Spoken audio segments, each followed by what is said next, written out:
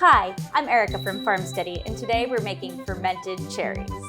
Fermenting fruit can be a little bit tricky because of the high sugar content, but the result is something completely different than anything you expected. It's complex and savory with the flavor of cherry, but none of the sweetness.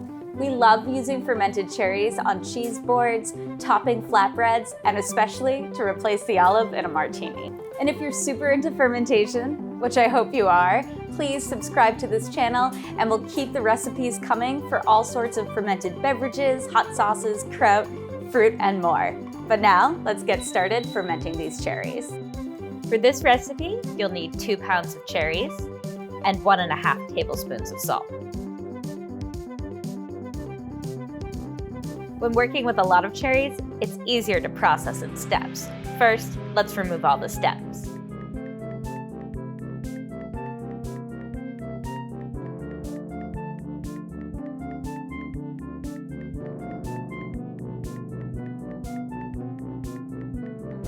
So many stems.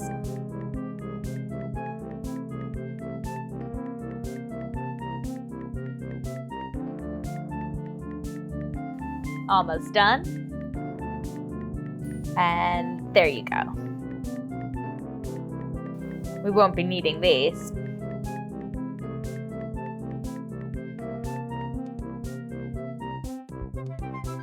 Perfect.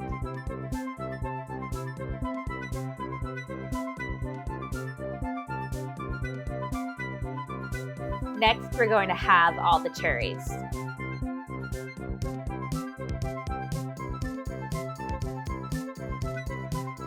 Just going to cut them and twist. It's easier to separate them now, so you only have half to pit.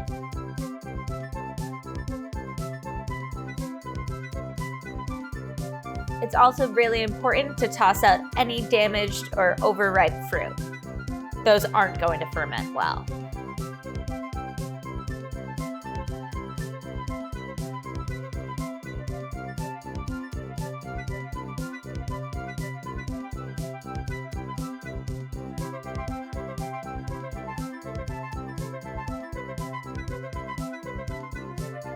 Add your salt.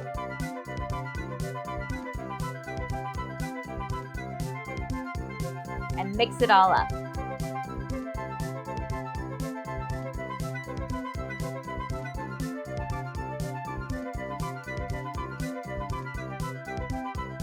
Once they're all mixed up, you want to transfer your cherries to your fermenter.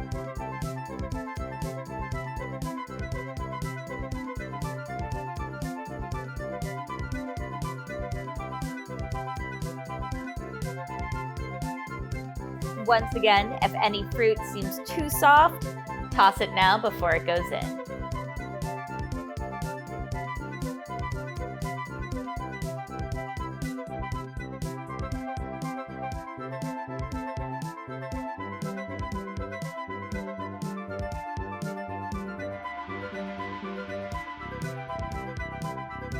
Pack them all in.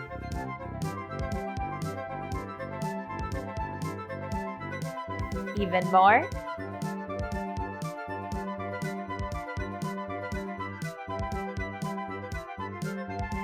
And all in.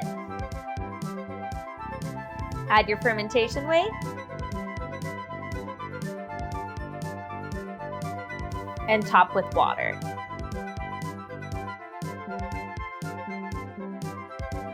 You want to add just enough water to cover. Top with your lid and airlock and ferment away. Cherries ferment super fast, so after just 1 to 2 days, we're going to move this into the fridge. We'll pop one into a martini right away because it's fun, but really the best flavors after it mellows in the fridge for a week. Again, I'm Erica from FarmSteady, and for more great fermentation recipes and kits, please check out farmsteady.com and subscribe to this channel, and we'll keep the videos coming.